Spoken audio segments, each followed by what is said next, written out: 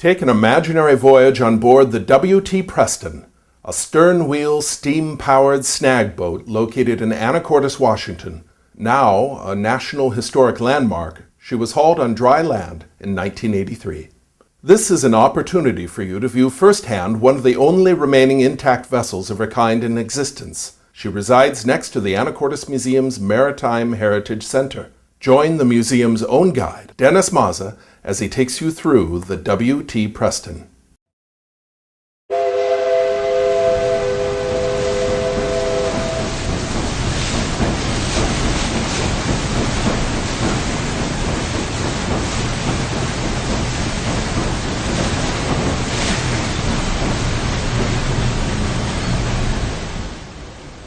Let me tell you a little bit about what the W.T. Preston did. This was called a snagboat. There was one, the Skagit, built in the 1800s, the Swinomish, built in 1914. This one was built in 1939, and the only one that had a steel hull. The others lasted 10 or 11 years, and they rotted out, didn't last long. So this lasted from 1939 until 1981. Now, years ago, on the riverways, there was no other way to travel. There was no roads. Trees were in there. They had to chop the trees to get the lumber. They had to clear the fields for farming. A lot of that went into the water, which means a lot of the boats that they used for getting their goods out, or if they were bringing people to Seattle or various waterways, they couldn't do. This is where the snagboat came in. Went from Blaine down to Olympia, had a crew of 14. Now down here in this area, which is the main cabin, here were the 2 firemen and the various deckhands that took care of all the machinery here. Let me give you a little information about the Preston's final journey. In 1981, the Preston retired. But in 1983, from the Dakota Creek ramp, Dakota Creek is pretty deep there and they can bring that in, and that's what they did here. They put it on steel girders, and that's what you see here now. You can get a lot of information from this board. The early years, snagboat operations, where it traveled from Blaine to Olympia. And here's all about the snagboats, of which there were 3 that they had here. The original one from the Skagit from the 1800s. Then you had the Swinomish from 1914. And of course, this snagboat here, the W.T. Preston. This is the Puget, which they use today to still pick up all the snags around 14 tons a day. All the information about all the workers that were on here from 1885 down to 1981. There was only 7 captains since then. Some of them stayed on for 25 years.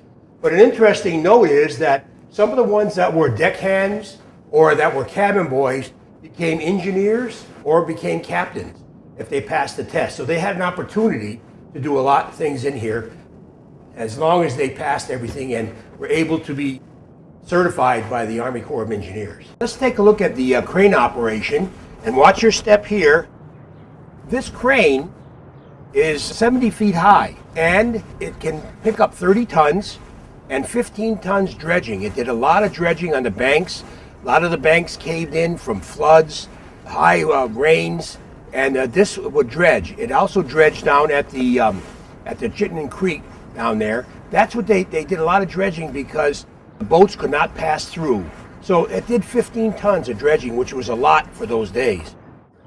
They could put the navigational hazards on the side. Years ago, they used to be able to burn that, but then EPA said no, they couldn't. Then they also had a barge. They would put all the hazards and whatnot on the barge, push that barge to a certain location where it was delivered to various areas. Also, they had 2 boats right here where they were able to put in the water and go out and get hazards, branches sticking up. That's what this whole area was used for. Okay, just a little word about the cook, Fritz, who was on all 3 of these ships for 40 years. He worked very hard making the meals. An interesting story that was brought up was that he made cookies, and he made them especially hard. And then when the children were lined up on the side of the banks, he would throw out the cookies to them as they went along. This is the splash guard here, and below that is your paddle wheel. Now, there was an 18-foot forged shaft. That was off the 1914 Swinomish. The cylinder is 70 feet in diameter. That was also from the Swinomish. There were 48 paddles. They were staggered so they would not get all the force in one place, and also they wouldn't get any of the vibrations. They were done that way. Stern wheel also had to be just the right position in the water. So when they went reverse, they had to have the paddles set just the right depth, and also the rudders. This is the pilot house. This is where the captain does all his operations right from here. Let me explain right here. This is the helm. This is the steering that is controlled by the 5 rudders down below. He has a compass right here, and he has a chart. And that's the only thing he had here.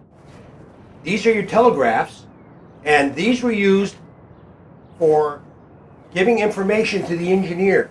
This here is your voice tube that goes down to the engineer to give information commands to him. This is the voice tube that goes to the crane operator and the winchman there. Constant conversation with him. The captain very rarely leaves this station here. He has to control everything right from here. Right here, you have a line that's connected to a bell. Now, when they pull this, the bell rings. This was a bell that was off the Swinomish from 1914. And let me give you a little example of how that sounds.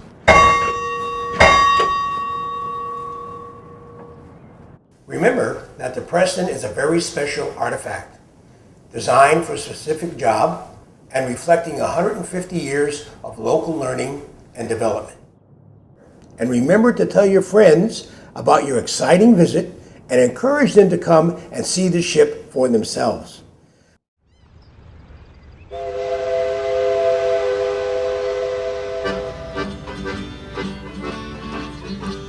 Fritz Rydberg cooked on snagboats for 40 of his years to feed the crews on Puget Sound for the Corps of Engineers. He was cooking on the Skagit, the first of snagboats made to clear the channels for the river steamer trade.